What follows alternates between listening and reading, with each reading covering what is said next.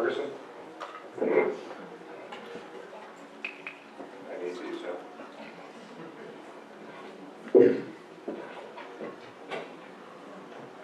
The choice of valedictorian not only honors the speakers themselves, but it speaks volumes about the class they represent. And choosing a single valedictorian from this talented group proved to be a daunting task. That's why we have two. As with most of the students in this class, our valedictorians are intelligent, athletic, committed, determined, and are the type of leaders around which you'd want to build a team or program. Our valedictorians approach school, hockey, and their daily lives in their own unique way, but it's what they have in common, things like strong character, positive attitude, and a commitment to excellence that is beyond reproach. It is this commitment to excellence in the classroom, and in the gym, and at the rink that has led them both here today. One of our honorees showed up here at school 4 years ago, and the first weekend I was taking our midget AA U17 team to Stony Creek to play in one of the biggest tournaments of the year with a 12-year-old on my bus. Yes, I said 12. And this 12-year-old was actually upset that her father had accepted a coaching job here because she wanted to go it alone. Imagine, 12 years old, 10 hours away from home, and wanting to go it alone. Well, she's managed to survive her father over the last 4 years, and looking back, I think she's quite happy that he's been here.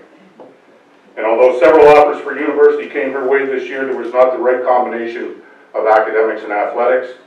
And being a year younger than most of our grads, she has decided to live the junior hockey lifestyle while taking a couple of university courses next year as she pursues the right post-secondary opportunity. Our other honoree has been with us for 3 years, and coming from a family where both parents were varsity athletes, you would think there would be some pressure. But that never seemed to bother this individual, because for as long as I've known her, she's had her life all figured out.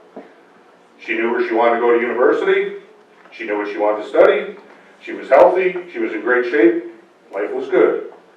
However, this year, when a nagging injury led to a mid-season hip surgery, and the school of her dreams abruptly canceled their women's hockey program, it would have been easy to take a step back. But not for this person, it was full steam ahead. In short order, she has rehabbed the hip and is back on the ice in full gear, and within a couple of weeks of hearing the bad news of her first school choice, she had secured a full scholarship at Division I Robert Morris in Pittsburgh. For both of these individuals, I'm proud to have been their coach. I'm proud to have been their teacher. I'm pretty sure I can call them both friends. The 2017 Ontario Hockey Academy valedictorians from Petit Rocher, New Brunswick, Ms. Eva Blanc.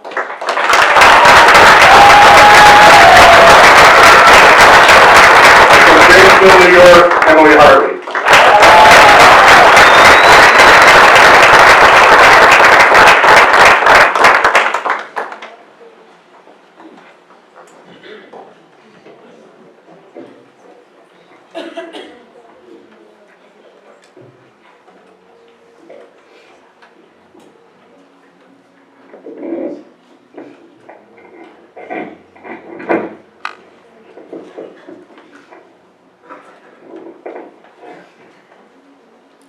Thanks, Brad. To my fellow graduate students, teachers, parents, coaches, families, and friends, welcome. Today is the day most of us have been waiting for our entire lives. It seems like yesterday was the start of our great journey at the Ontario Hockey Academy. Each of us, coming from all over the world, came together as a family to grasp onto the opportunity that had been given to us. Regardless of our different backgrounds, we all share the same love for the game of hockey and dedication to learn and improve throughout our years spent at OHA. First, we'd like to thank the Ramada for hosting us this evening, Ms. Ferg for organizing the ceremony, all our teachers for getting us to the end of grade 12, our coaches for making us better athletes, the Lasells, we couldn't be here all night saying thank you, and finally all the parents for giving us the opportunity to be at OHA and our families for coming to support us tonight. I'm sure you've all been told not to judge a book by its cover, right? Well, a study conducted by Princeton University shows that whenever we see people for the first time, it takes a tenth of a second for us to decide if they are attractive, trustworthy, and interesting. To make it easier for you guys to listen to our speech and mostly find us interesting, we'll set out the obvious. I'm tall. And I'm clearly not. We'd also like to take a moment to introduce a very special person in our OHA family, Brian Tardif, who sadly left us this year. For those who didn't know him, Brian worked on the girls program with Jill for many years. For some of us girls, Brian was probably the one who recruited us. He was an inspiration along with his wife, Sue. Brian passed away last August from ALS. The courage it takes to live with that terrible disease and his dedication to keep working and living is going to inspire us all throughout our lives. Being on Team Tardif meant more than anything to us. We like to think that we honor and celebrate your life every time we step on the ice, Brian. We will always remember you.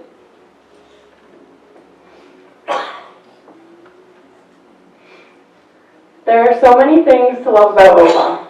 Early curfew, kitchen duty, buses breaking down on the highway, study hall, and of course the really, really good food. But honestly, living it now showed us how great it really was back on Vincent Massey, even though I think most of us would still admit to calling it a jail once or twice. Kim, Jill, and all the staff worked so hard behind the scenes to build this program and run it smoothly. This is one of the most important jobs in the world, helping kids achieve their dreams. Committing 40 teenagers to 40 different teams is no easy task, but there's a place for all of us. Jill helps us greatly with our future goals, but hitting a bridge at Harvard and leaving half the bus in the middle of the road was probably why none of us are committed there. Talking about helping us with our futures, it would be a sin for me not to take a moment to talk about Charlie. I mean, Dad.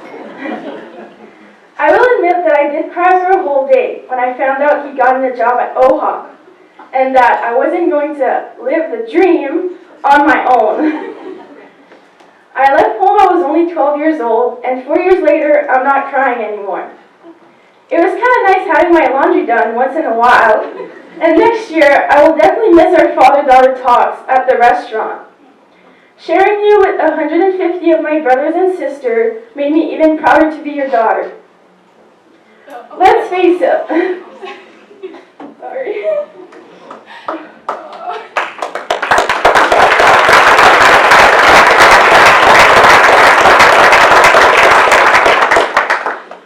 Let's face it, Charlie as well as our dorm parents have been moms and dads to all of us. To all our moms and dads, sisters and brothers, grandmas and grandpas, to all our families out there, thank you for believing in us. And thank you to our dorm parents for dealing with us and our typical high school drama. Like Brad said, I personally have been through a few struggles this year. In December, I had hip surgery that ended my season and took me away from my team. Our head coach left, and the biggest disappointment was 2 months ago, the college I've been committed to since grade 10 cut their women's hockey team. So I want to take a second to say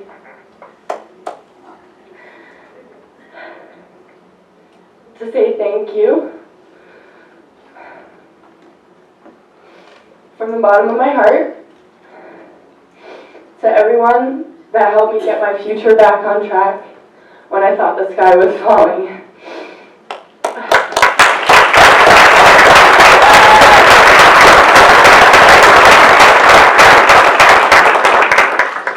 Kayla, Jill, Hugh, Charlie, Jenna, Brad, and most of all, my mom and dad.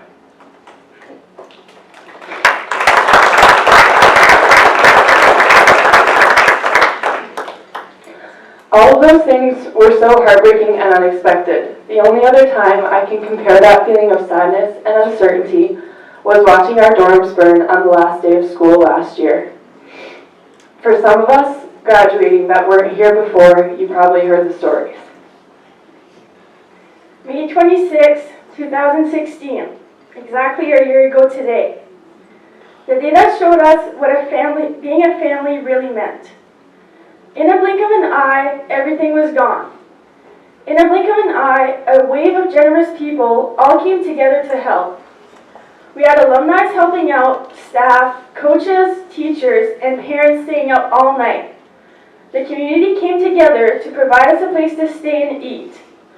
Most of us still smiling when all we had left were the clothes on our backs. Literally. Kim, we still remember you being on your knees crying, praying for everybody to be safe, while watching your second home being taken away. And then there's Jill in the background, already making plans for a new and improved building. He's such a planner. Sometimes it seems impossible to move forward after setbacks. Who would have thought that the home we shared memories, laughs, and tears in had vanished under the flames? But like John Gordon once said, adversity is not a dead end, but a detour to a better outcome than you can imagine. And look at us now. Our OHA family is stronger than ever, and we were able to recover after a setback. That's a perfect example of resiliency. The mental toughness you get from being an athlete is incredible. Wayne Gretzky even said, 90% of hockey is mental and the other half is physical. We adapt and keep moving forward because we have such a strong group of people here at OHA. We are a team, and together everyone achieves more. As we move on in life, we want everyone to remember to find the silver lining in a bad situation, even if you don't see it right away. Remember that there will always be people around you to help you. Remember that you can't get to the top without starting at the bottom. And most importantly, remember to never give up on your dreams. If you find a path with no obstacles, it probably doesn't lead anywhere. Our parents play a big part in our lives early on, but being away from home in high school forces you to be independent. Your mom isn't there to cook and clean for you, and I think we all miss that the most. You learn how to balance school, hockey, and a social life better than you could at regular school. At our age, not many places can give you the experience of buying your own groceries, going to the bank, and doing your own laundry. We have a lot of freedoms, and with that comes responsibility. For example, forgetting your skates for practice is your own problem. I think that whenever we go off to college or get a job, at least one thing everyone will be prepared for is knowing how to take care of ourselves. As you move on in life, you'll start to reminisce on things like OHA against OHA hockey games, where the whole school was there to cheer you on. The school trips and the awesome places you and your team traveled to. All the chances you got to learn and grow as an individual. As you take another step forward in life, you'll remember all the times your dorm parent was walking down the hall, yelling at you to clean your room. Or when those hard teachers gave you difficult tasks to accomplish. But later on, sitting in your first college class, or on your first day on the job, you'll thank them for all the work they made you do.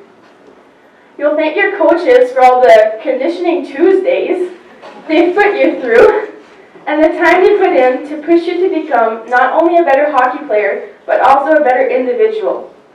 You'll be appreciative of your teammates and friends who understood when you had a bad day, encouraged you when you were down, and celebrated with you after big wins. And finally, our parents. You'll be grateful for your parents and family who supported you even when you were miles away, for them giving you the opportunity to live your dreams. We realized it was hard for you guys to see us go away so young, but they say, a ship in a harbor is safe, but it's not what a ship is built for. Thank you for believing in us and letting us sail towards our dreams.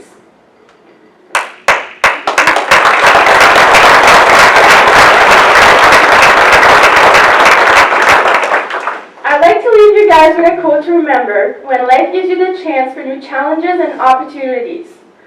I've learned that people will forget what you said, people will forget what you did, but people will never forget how you made them feel. And we will certainly not forget how special being a part of the OHA family made us feel.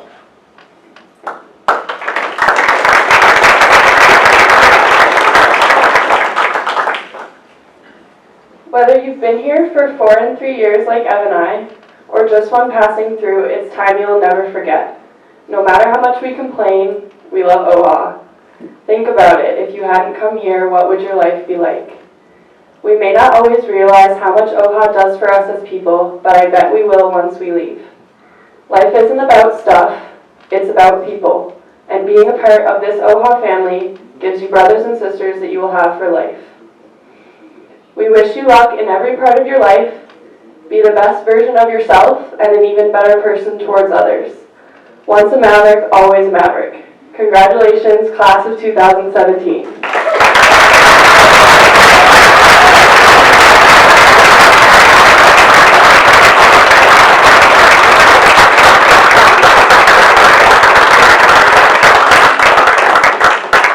Just a quick thing. We'd like to ask Ms. Ferg to come up to the stage. We want to thank you for everything you did to make this night possible, and so this gift is for you from all the grads.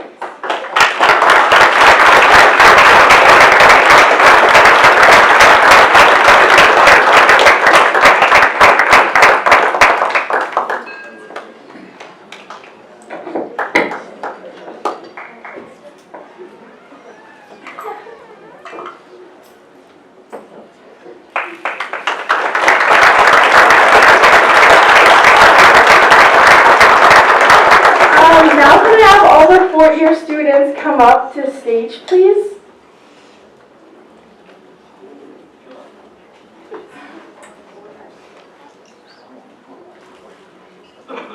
Kim, can you come over here, please?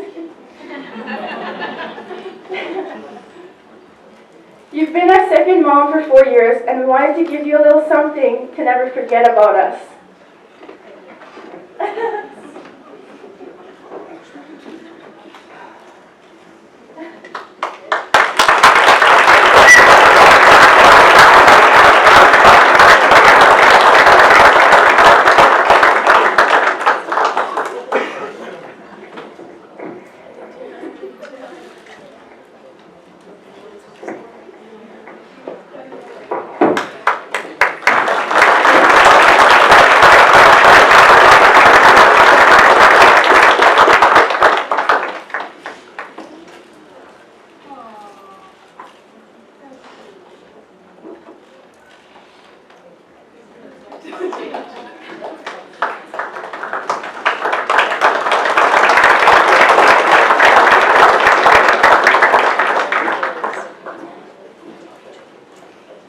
Great speeches, Emily. Now we have a little something to present to you. Ms. Rickman is going to bring them around, and valedictorian gifts are courtesy of Pommier Jewelers, and the award consists of handcrafted pendants made by local jeweler Andre Pommier. So, congratulations, Ed and Emily.